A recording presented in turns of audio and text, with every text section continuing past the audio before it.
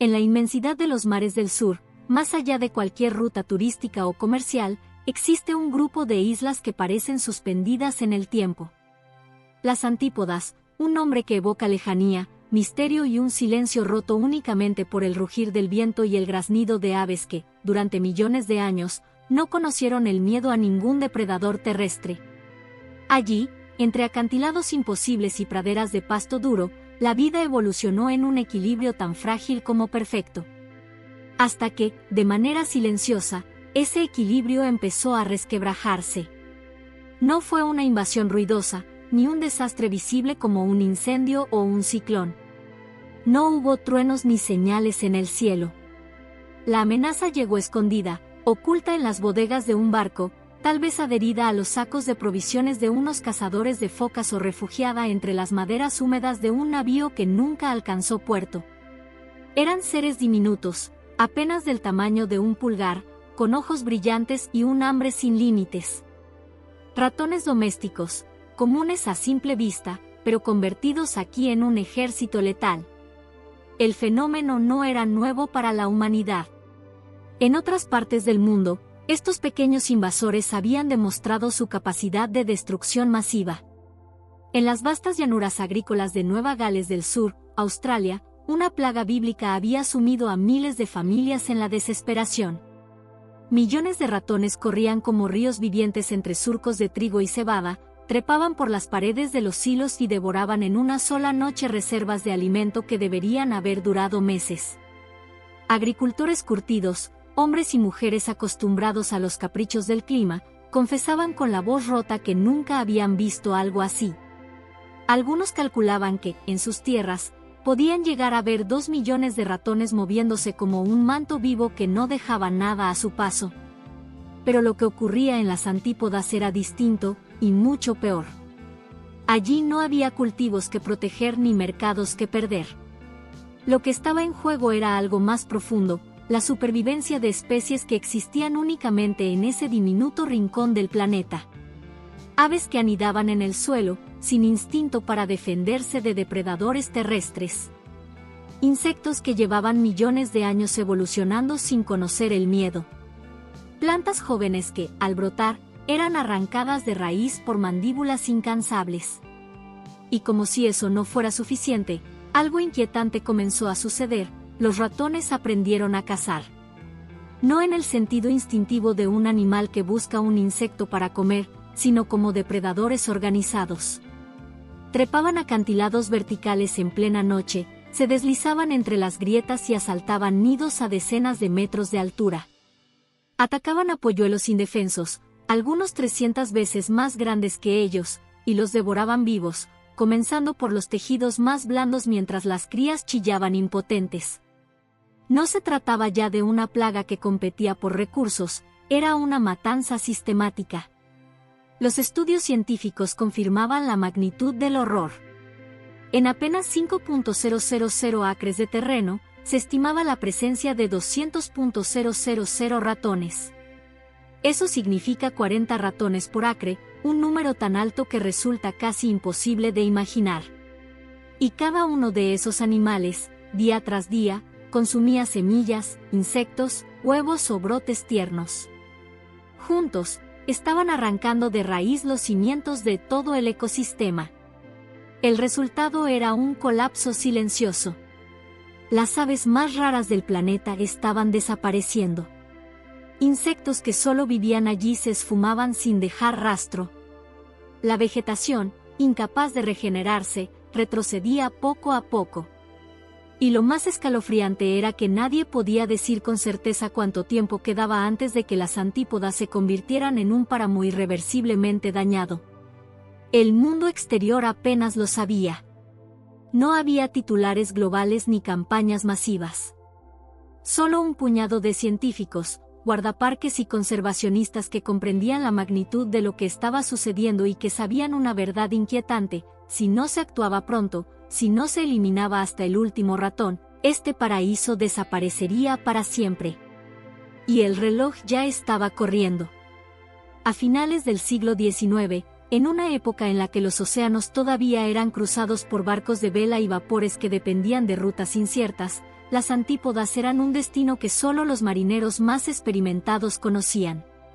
Estas islas, apartadas de todo, eran visitadas ocasionalmente por cazadores de focas, balleneros y exploradores que buscaban refugio temporal en sus bahías solitarias. Fue en una de esas escalas breves, anónimas para la historia, cuando ocurrió el hecho que cambiaría para siempre el destino del archipiélago. Nadie vio el momento exacto, pero la hipótesis más aceptada es que, ocultos entre los fardos de provisiones, los toneles de agua y la madera húmeda, viajaban polizones no invitados, ratones domésticos.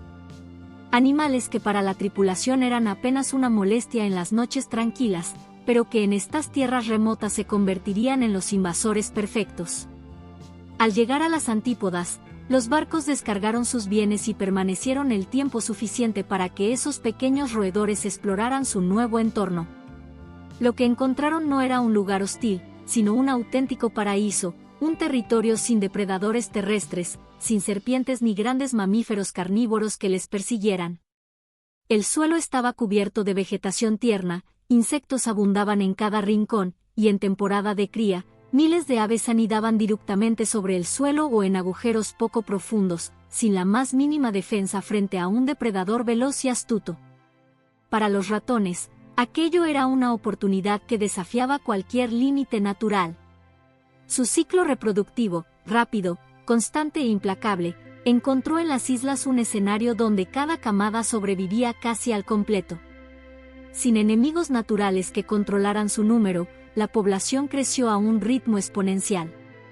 Lo que empezó con unas pocas decenas pronto se convirtió en cientos, luego en miles, y en apenas unas décadas, en una fuerza de cientos de miles. Pero lo más inquietante no fue su número, sino su transformación. En su hábitat original, los ratones se alimentaban principalmente de semillas, raíces y pequeños invertebrados. Sin embargo, en las antípodas, el exceso de competencia y la falta de alimento en ciertos periodos los llevó a adaptarse de una forma macabra. Comenzaron a cazar. Y no como oportunistas que toman un huevo abandonado, sino como depredadores organizados, capaces de coordinar ataques nocturnos contra presas vivas mucho mayores que ellos. Testimonios de biólogos relatan escenas difíciles de asimilar, columnas de ratones escalando acantilados en plena oscuridad, guiados por el olor de un nido, grupos enteros rodeando polluelos de albatros gigantes, mordiendo con precisión quirúrgica en zonas blandas para inmovilizarlos, mientras otros roían plumas y carne aún viva. Estas tácticas no eran fruto del azar, era aprendizaje transmitido entre generaciones, una evolución acelerada impulsada por un entorno que nunca antes había visto algo igual. Así, lo que había comenzado como una invasión silenciosa se convirtió en una auténtica guerra ecológica. Los ratones ya no eran meros herbívoros o carroñeros, se habían convertido en depredadores dominantes, desplazando a especies endémicas y rompiendo el equilibrio que había perdurado millones de años. Las antípodas, un santuario de biodiversidad único en el planeta, se encontraban ahora bajo el control de una especie foránea cuyo avance parecía imposible de detener.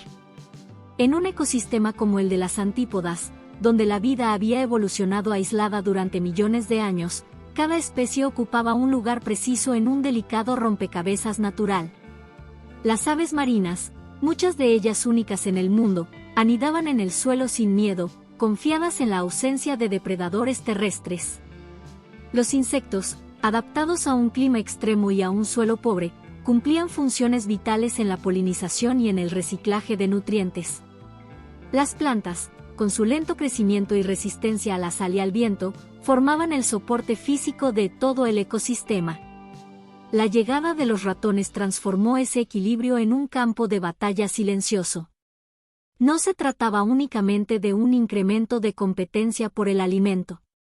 Los ratones, al multiplicarse sin control, se convirtieron en una fuerza destructora capaz de alterar todas las cadenas tróficas al mismo tiempo. Por las noches, cuando la isla quedaba sumida en una oscuridad absoluta, miles de pequeños cuerpos recorrían la superficie en oleadas invisibles, como un ejército implacable que nunca descansaba. Las aves fueron las primeras en sufrir la embestida. Sus huevos, antes seguros en nidos abiertos, se convirtieron en un banquete permanente. Pero lo más aterrador era la forma en que atacaban a los polluelos vivos, se abalanzaban en grupos, mordiendo las patas y el cuello hasta inmovilizarlos, devorando su carne mientras aún respiraban. Las escenas, registradas en grabaciones nocturnas, eran tan impactantes que muchos biólogos afirmaban que cambiaban para siempre la percepción que tenían de un ratón. Las víctimas más afectadas eran especies de reproducción lenta, como el albatros de antípodas o el petrel de las nieves, aves que tardan años en alcanzar la madurez y que ponen un solo huevo por temporada. Cada pérdida era un golpe casi irreparable para la población. Los insectos, por su parte, fueron diezmados hasta niveles críticos. Muchas especies endémicas, como escarabajos y saltamontes únicos de la isla, desaparecieron de áreas enteras. Esto tuvo un efecto en cascada. Sin insectos polinizadores, varias plantas dejaron de reproducirse, y los procesos de regeneración vegetal se ralentizaron o se detuvieron por completo. Las raíces expuestas y el suelo sin cobertura vegetal empezaron a erosionarse, alterando incluso la capacidad de las colonias de aves para excavar nidos. Las plantas endémicas también se convirtieron en víctimas directas. Algunas, como ciertos pastos costeros y arbustos de flores pequeñas, fueron devoradas hasta la raíz por ratones hambrientos en temporadas de escasez. Este sobrepastoreo forzado dejó zonas enteras convertidas en un páramo de tierra desnuda, un cambio que favorecía aún más la expansión de los ratones, pues eliminaba escondites para sus depredadores potenciales, como aves rapaces marinas. La situación en las antípodas encontró su espejo en otro desastre ecológico, Gough Island, en el Atlántico Sur. Allí, ratones introducidos por marineros en el siglo XIX desarrollaron comportamientos predatorios idénticos, atacando polluelos de albatros y petreles. En Gough, los científicos estiman que más de 2 millones de aves mueren cada año por estos ataques, una cifra que podría repetirse en las antípodas si no se actuaba con urgencia. La comparación entre ambas islas sirvió como advertencia. Lo que en un principio parecía una curiosidad biológica era, en realidad, una amenaza letal para todo el ecosistema. En pocos años, las antípodas habían pasado de ser un santuario de biodiversidad a un escenario de colapso ecológico. El canto de las aves, que antes llenaba el aire, se apagaba poco a poco, sustituido por el silencio y el crujir de pequeñas patas recorriendo la noche. Y en ese silencio, el tiempo jugaba en contra. Cada temporada perdida acercaba más a varias especies únicas al abismo de la extinción definitiva. Durante años, las señales de alerta habían estado ahí, desperdigadas como piezas de un rompecabezas que pocos supieron armar a tiempo. Restos de huevos rotos, madrigueras abandonadas, conteos de aves que descendían de manera dramática. Sin embargo, fue cuando los biólogos comenzaron a encontrar grabaciones nocturnas en las que se veía a decenas de ratones devorando vivos a polluelos indefensos que la magnitud del desastre golpeó con toda su crudeza. Ya no se trataba de un fenómeno aislado ni de un problema que pudiera resolverse con pequeñas medidas de control, la isla entera estaba en jaque. El Departamento de Conservación de Nueva Zelanda, DOC, custodio de uno de los patrimonios naturales más valiosos del planeta, recibió los informes con un peso insoportable. La isla de las Antípodas, un lugar remoto y de acceso extremadamente difícil, estaba a punto de convertirse en un ejemplo mundial, pero no de conservación, sino de cómo la inacción podía borrar especies únicas en cuestión de años. La urgencia era casi imposible de dimensionar para quien no conociera las reglas de la naturaleza en un ecosistema insular. En tierra firme, una plaga de ratones puede controlarse con depredadores o medidas humanas localizadas. Pero en un lugar aislado como las Antípodas, la ecuación es más cruel. Si sobrevive un solo ratón, todo el esfuerzo se pierde. Uno solo bastaría para repoblar la isla en pocos meses, gracias a su ciclo reproductivo vertiginoso y a la ausencia de enemigos naturales. Esta realidad colocaba a los conservacionistas ante una misión con tolerancia cero al error. Los expertos calculaban que la población de ratones había superado varios millones de individuos, ocupando todos los rincones posibles, desde las zonas costeras, donde atacaban nidos de aves marinas, hasta el interior, donde arrasaban insectos y plantas. Y cada día que pasaba, la presión sobre el ecosistema aumentaba. El Doc sabía que no se trataba solo de salvar a unas cuantas especies de aves, era evitar el colapso total de una red de vida que había tardado millones de años en tejerse. Fue entonces cuando nació una de las operaciones de conservación más ambiciosas y arriesgadas de la historia de Nueva Zelanda, Million Dollar Mouse. El nombre no era una exageración publicitaria, sino un reflejo del costo real que implicaría movilizar barcos, helicópteros, personal especializado, toneladas de cebo y equipo de alta precisión para llegar a un lugar tan aislado que, incluso en verano, la climatología podía convertir cualquier intento en una pesadilla logística. El concepto era simple en el papel pero aterrador en la práctica: erradicar hasta el último ratón mediante el uso de cebo tóxico especialmente formulado, distribuido desde el aire para alcanzar cada rincón de la isla. No podía haber fallos, no podía haber áreas sin cubrir, no podía haber un solo animal sobreviviente. Era, literalmente, una misión de todo o nada. En las oficinas del DOC y entre las ONG involucradas, la tensión se podía cortar con un cuchillo. Los debates se alargaban hasta la madrugada, con voces a favor y en contra. Algunos temían que el cebo afectara a otras especies no objetivo, otros advertían que, si no se actuaba ya, en menos de 5 años el daño sería irreversible. En medio de esa tormenta de opiniones, la cuenta regresiva comenzó. Cada marea, cada cambio de estación, cada día de retraso podía significar la pérdida de cientos de vidas más. La isla estaba a punto de convertirse en el escenario de una batalla sin precedentes, millones de ratones contra un puñado de humanos dispuestos a cambiar el destino de un ecosistema entero. Y todos sabían que, una vez que la operación comenzara, no habría segundas oportunidades. Erradicar una plaga de millones de ratones en una de las islas más remotas del planeta no era una misión que pudiera improvisarse. Desde el primer momento, los especialistas sabían que se enfrentaban a un desafío casi antinatural. El aislamiento absoluto de las antípodas ya era, por sí solo, un obstáculo monumental. Ubicada a más de 800 kilómetros al sureste de Nueva Zelanda, la isla carecía de puertos, muelles o siquiera una ensenada segura para desembarcar. El único acceso viable dependía de barcos capaces de resistir mares embravecidos y de equipos dispuestos a realizar traslados peligrosos en botes inflables, cargando suministros bajo un oleaje impredecible. El clima no ofrecía tregua. Incluso en los meses más benignos, las ráfagas de viento podían alcanzar velocidades capaces de volcar embarcaciones pequeñas y obligar a los helicópteros a permanecer en tierra durante días enteros. La lluvia, cuando llegaba, lo hacía como una cortina interminable, empapando todo y volviendo el terreno un lodazal resbaladizo que ralentizaba cualquier trabajo. Y si el viento y el agua no eran suficientes, el frío, con temperaturas que podían caer en picado durante la noche, exigía equipo especializado para evitar la hipotermia.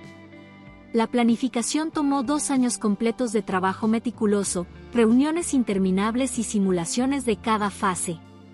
No era solo trazar un plan, era prever todas las posibles contingencias, desde la pérdida de un helicóptero por el clima hasta la llegada de una tormenta que pudiera retrasar la operación semanas.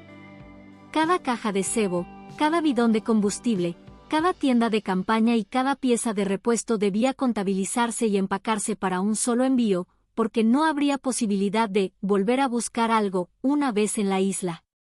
El transporte del equipo fue una odisea en sí mismo. Barcos de carga adaptados para navegar en condiciones extremas se convirtieron en arterias vitales para la misión. Desde el continente, toneladas de cebo especialmente formulado viajaban en contenedores sellados, junto con generadores eléctricos, radios satelitales, combustible, herramientas, alimentos para semanas y hasta módulos prefabricados para levantar un campamento base en un lugar donde no existía infraestructura alguna. Los desembarcos se realizaban con cronómetros en mano, aprovechando ventanas de mar calmo que podían durar apenas unas horas antes de que el oleaje reclamara de nuevo el dominio de la costa. La construcción de los campamentos fue un ejercicio de supervivencia y estrategia militar. Las estructuras debían resistir vientos huracanados y lluvias torrenciales, pero también permitir que el personal trabajara largas jornadas sin caer enfermo o perder material. se establecieron zonas de almacenamiento para el cebo, talleres improvisados para reparar equipos, espacios para descanso y una red de comunicación satelital que funcionaría como el único vínculo con el continente. En cuanto al método de erradicación, no había margen para experimentos. La experiencia de otras islas había demostrado que la distribución aérea de cebo envenenado era la única estrategia con probabilidades reales de éxito en un terreno tan abrupto y cubierto de vegetación. Esto permitiría alcanzar cada rincón de la isla, incluso aquellos inaccesibles por tierra. Helicópteros equipados con tolvas especialmente diseñadas lanzarían el cebo siguiendo rutas predefinidas por GPS, asegurando una cobertura total y uniforme. Cada vuelo sería monitoreado en tiempo real para evitar que quedaran zonas sin tratar, pues un solo refugio sin cubrir podía significar el fracaso absoluto. Pero aún con toda esa preparación, todos sabían que el éxito no dependía solo de la tecnología o de los mapas. Se necesitaba un equipo dispuesto a convivir con la incertidumbre, a trabajar bajo presión constante y a tomar decisiones críticas en segundos. Lo que estaba en juego no era solo un proyecto de conservación, era la oportunidad única de salvar un ecosistema entero de la aniquilación. En el horizonte, el mar rugía como recordatorio de que la isla no sería un territorio conquistado fácilmente. La misión apenas comenzaba, y cada paso hacia adelante era una pulseada directa contra los límites humanos y las fuerzas implacables de la naturaleza. El invierno de 2016 llegó como un muro de viento, frío y mar embravecido, pero para el equipo de $1 Million Mouse no había margen para esperar una estación más benigna. Cada día que pasaba era un día más para que los ratones continuaran devorando huevos, polluelos e insectos, y un día menos para las especies únicas de la isla. El calendario no estaba dictado por la comodidad humana, sino por el frágil pulso de un ecosistema al borde del colapso. Desde el amanecer, la isla se encontraba envuelta en un silencio tenso, roto solo por el rugido de los helicópteros que aguardaban su turno para despegar. La operación dependía de un milagro logístico: distribuir 65 toneladas de cebo sobre las 5.000 acres de terreno accidentado, sin dejar un solo hueco sin tratar. Cualquier fallo significaría la supervivencia de un ratón, y con ello, el fracaso absoluto. Las condiciones eran implacables. El viento golpeaba como un martillo invisible, zarandeando los helicópteros incluso antes de levantar vuelo. La niebla, densa como un velo húmedo, cubría partes de la isla, ocultando riscos, barrancos y laderas que los pilotos debían evitar con precisión quirúrgica. Las ventanas de vuelo eran tan cortas que, en ocasiones, se reducían a apenas 15 o 20 minutos de cielo utilizable antes de que una tormenta volviera a cerrar el paso. El equipo trabajaba como una coreografía perfectamente ensayada, mientras un helicóptero regresaba a repostar y cargar más cebo, otro despegaba siguiendo rutas de GPS trazadas al milímetro. En tierra, los técnicos se movían con una eficiencia frenética. Cada saco de cebo era pesado, revisado y colocado en las tolvas que dispersarían los gránulos desde el aire. Los pilotos, concentrados hasta la extenuación, sabían que cualquier error de cálculo podría dejar una zona sin cubrir o, peor aún, provocar un accidente mortal en un terreno donde un rescate rápido era imposible. La isla respondía con hostilidad, ráfagas que levantaban sal del mar y la lanzaban contra las caras de los trabajadores, aguaceros que empapaban los uniformes hasta los huesos y un frío cortante que entumecía manos y pensamientos.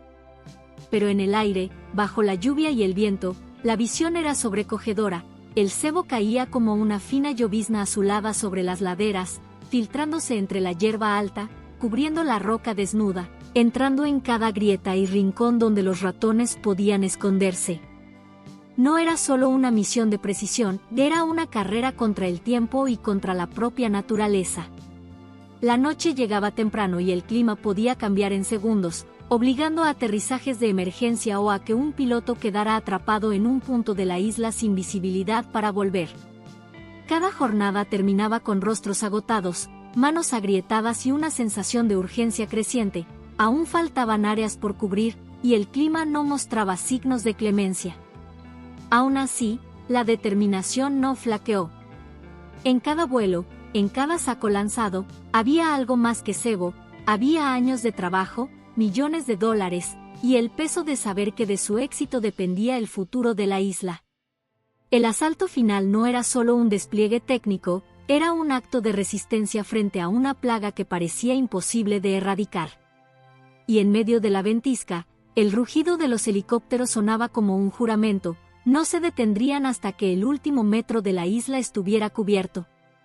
Cuando los últimos helicópteros aterrizaron y las tolvas quedaron vacías, no hubo celebraciones. Nadie sonrió. El rugido de las hélices se desvaneció y fue reemplazado por un silencio inquietante, un silencio que no era paz, sino la antesala de la incertidumbre. La operación más costosa y compleja jamás realizada en la isla había terminado, pero nadie podía saber aún si había tenido éxito.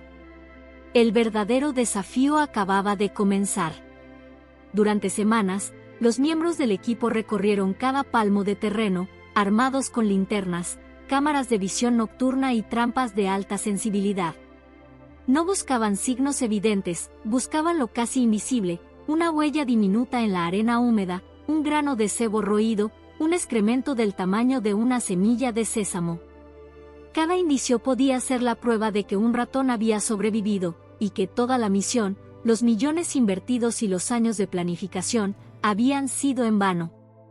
El clima seguía siendo un enemigo silencioso. Lluvias repentinas borraban huellas, vientos huracanados dispersaban olores, y la humedad corrompía los equipos de monitoreo. Las cámaras instaladas en puntos estratégicos se revisaban una y otra vez, fotograma a fotograma, en busca de un destello de movimiento, de una sombra demasiado pequeña para ser otra cosa que un ratón. La isla, antes bulliciosa con la actividad humana durante el asalto final, volvió a sentirse inhóspita, casi hostil. La presión psicológica era asfixiante. Bastaba con que uno solo de esos animales esquivos hubiera sobrevivido para que todo el ciclo comenzara de nuevo. Un único ratón podía, en cuestión de meses, generar cientos de descendientes y devolver la isla a su pesadilla anterior. Cada miembro del equipo sabía que estaba librando una batalla contra algo que no podían ver, y que ese algo podía estar acechando a solo unos metros, oculto en la vegetación o bajo una roca. No había horarios fijos, ni descanso real. El día se usaba para recorrer y colocar trampas, la noche, para revisar grabaciones y analizar rastros. En más de una ocasión, algún técnico se quedaba quieto, con la respiración contenida, al escuchar un crujido entre los matorrales, solo para descubrir que era el viento moviendo ramas. La tensión acumulada hacía que cualquier sonido, por mínimo que fuera, disparara la adrenalina. La isla parecía guardar su respuesta, como si quisiera poner a prueba la paciencia de quienes intentaban salvarla. Y en esa prueba, el margen de error era cero. Era la clase de espera que desgasta no solo el cuerpo, sino el espíritu, el saber que todo puede desmoronarse por un solo fallo, por un solo ser del tamaño de un puñado de gramos. 2 años después del último vuelo de helicóptero, la isla recibió nuevamente la visita de un equipo humano. Esta vez, el objetivo no era lanzar cebo ni instalar trampas, sino resolver la pregunta que había mantenido a todos en vilo durante tanto tiempo. ¿Había funcionado? El desembarco fue diferente al de 2016. No había tolvas ni sacos de veneno, sino jaulas especiales que transportaban a un grupo de aliados muy particulares, perros detectores de roedores, entrenados para detectar, con su olfato prodigioso, el más mínimo rastro de un ratón, incluso meses después de su paso. Estos animales, elegidos entre los mejores del mundo, no buscaban presas, buscaban pruebas. El aire estaba cargado de tensión. Los guías soltaban a los perros con comandos cortos, y estos corrían, olfateaban, retrocedían y exploraban con un método casi matemático. Cada vez que uno de ellos se detenía bruscamente, todos contenían el aliento, pero tras unos segundos, el animal seguía adelante. Así, metro a metro, la isla entera se convirtió en un tablero de investigación, cada roca, cada tronco, cada rincón revisado con minuciosidad quirúrgica. Durante días, el procedimiento se repitió: amaneceres grises, viento cortante, botas hundiéndose en el barro, perros avanzando entre matorrales y acantilados. Las noches se pasaban en las carpas, revisando las rutas cubiertas y marcando en los mapas los sectores limpios y los pendientes de inspección. Y poco a poco, algo extraordinario comenzó a tomar forma. No había señales. Ni un solo rastro de excremento, ni un olor que despertara alerta en los perros, ni un mordisco reciente en corteza o frutos. La isla, por primera vez en más de un siglo, parecía libre de la sombra de los ratones. Cuando la última sección fue marcada como limpia, el silencio fue interrumpido por un estallido de alegría contenido durante demasiado tiempo. Algunos rangers se abrazaron, otros lloraron en silencio, conscientes de que ese momento era histórico. No era solo una victoria técnica, era la confirmación de que la misión Million Dollar Mouse había logrado lo que muchos creían imposible. Y la isla ya empezaba a agradecerlo. En las playas, aves marinas que antes anidaban solo en acantilados inaccesibles volvían a poner huevos sobre la arena, sin miedo a que manos diminutas robaran su descendencia. Entre las rocas, insectos endémicos regresaban, y ciertas plantas que no se habían visto florecer en décadas empezaban a cubrir el suelo con manchas verdes. El ciclo de la vida, interrumpido por más de 100 años, estaba retomando su curso. En 2018, el anuncio oficial resonó más allá de las fronteras: la isla estaba libre de ratones. Pero para quienes estuvieron allí, la verdadera recompensa fue escuchar, al caer la noche, el sonido puro y antiguo de un ecosistema renaciendo, sin pasos diminutos acechando en la oscuridad. El primer amanecer tras la confirmación oficial de que la isla estaba libre de ratones tuvo algo diferente, casi intangible, pero imposible de ignorar. El viento ya no llevaba solo el olor salino del océano, traía también un perfume suave, vegetal, como si la tierra misma hubiera exhalado por fin un suspiro de alivio. Durante más de un siglo, la presencia de los ratones había sido una sombra constante, una fuerza invisible que alteraba cada latido del ecosistema. Ahora, con ellos fuera de la ecuación, la naturaleza se estaba atreviendo a reconquistar su lugar. Los primeros en reclamarlo fueron los insectos. Allí donde antes las poblaciones eran escasas y fragmentadas, ahora se percibía un zumbido constante. Escarabajos endémicos, mariposas de alas opalinas y pequeños polinizadores nocturnos comenzaron a multiplicarse sin freno, volviendo a cumplir su papel esencial: transportar vida de flor en flor. La tierra, antes demasiado removida y empobrecida por las madrigueras de los ratones, ahora ofrecía un lecho firme para que las semillas germinaran y arraigaran. Las plantas, liberadas de la presión implacable de dientes diminutos, iniciaron su venganza silenciosa. Brotes de especies que no se habían visto en décadas emergieron entre las rocas, cubriendo de verde lugares que parecían condenados a la desnudez perpetua. Arbustos endémicos volvieron a extender sus ramas, ofreciendo refugio y alimento a nuevas generaciones de fauna. Incluso zonas que antes eran inaccesibles para la vida vegetal por la constante actividad de los roedores comenzaron a llenarse de colores: flores amarillas, lilas y blancas dibujando un mosaico sobre el suelo recuperado. Y entonces llegaron ellas, las aves. Su regreso fue como una celebración que se desplegaba en el aire.